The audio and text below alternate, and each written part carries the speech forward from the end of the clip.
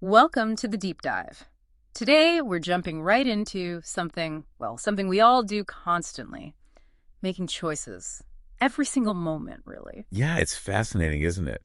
And what our sources really highlight is how most of these choices, like what you grab for breakfast or how you just reacted to an email, they happen almost automatically. Autopilot. Exactly. It's Yeah. often your brain's habit center just running the show. But what's key, and what we're exploring today, is how you can actually bring in your conscious choice center, even for a split second. Override the default settings. Precisely. Because your life, when you boil it down, it really is the sum of all those little choices. Okay, so that's our mission for this deep dive then. Using the insights from your sources, how do we actually hit that pause button? How do we shift from just reacting automatically to making what you'd call a mindful choice? And maybe figure out if something's just a habit or if it's, something you genuinely want. Well, the first step the sources suggest is actually pretty simple. It's observation. Just noticing? Yeah. Just start paying attention to your own patterns. Yeah. Ask yourself, where do you tend to choose automatically? Think about food, maybe scrolling through your phone, your standard replies to people. Okay.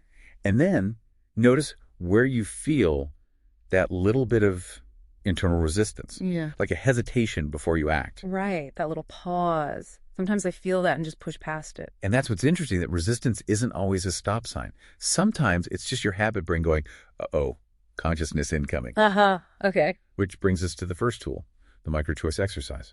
Super simple. Okay, let's hear it. When you're about to do something, anything really, first, just take a breath. Okay. Breathe.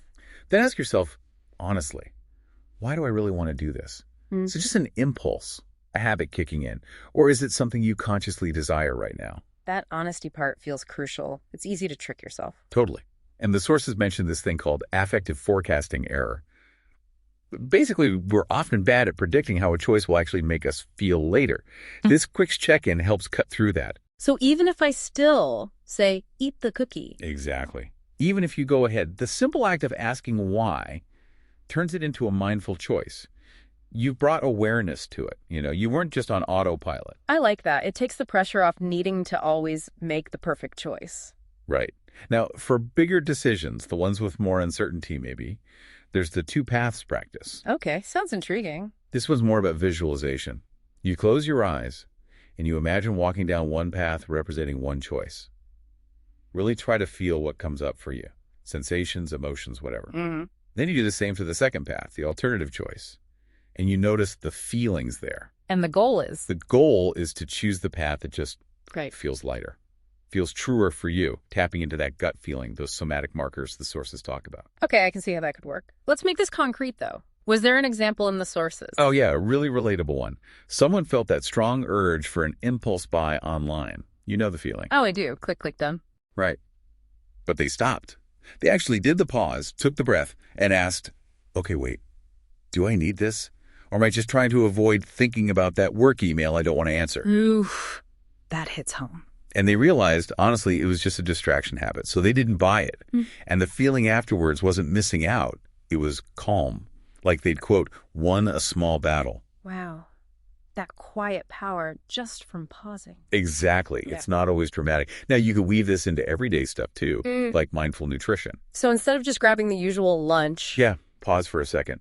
Ask your body, what would actually support me right now, physically, maybe even emotionally, and then choose based on that. Okay. And to really cement a choice you've made mindfully, there's this lovely little mini ritual. A ritual. Super simple. You just place both hands on your heart after you've made a conscious decision. And you say either out loud or just to yourself, I choose this, I accept the consequences. I choose this. I accept the consequences. Yeah. It sounds small, but it reinforces that inner honesty and your commitment to the choice you've made. Aligns mind and body. I like that. Okay, so we've got observing, the micro-choice, the two paths, mindful eating, the mini ritual. Any final tips from the sources? A few key ones. First, don't rush the big stuff. Give important decisions at least overnight if you can. Let things settle. Good advice. Second, remember these small mindful choices. They're like training. They build the muscle you need for the bigger decisions down the line. Makes sense. Practice makes aware. Exactly. And finally, a really powerful reminder, not choosing. That's also a choice. And it has consequences, too. You can't really avoid choosing. That's so true. Okay, so it seems like the big takeaway here is that just pausing even for a tiny moment, to bring some intention into your choices that can be incredibly empowering. It can shift things. It really can. And that leads to maybe a deeper question to think about. When you consistently bring this kind of awareness to your choices, day in, day out, how does that start to change your sense of your own power, your own agency? Not just in the huge life decisions, but in how your entire day feels and unfolds. That's definitely something to mull over. We really encourage you to try some of these ideas out. Just notice what happens when you choose to choose with a bit more awareness. See what transforms.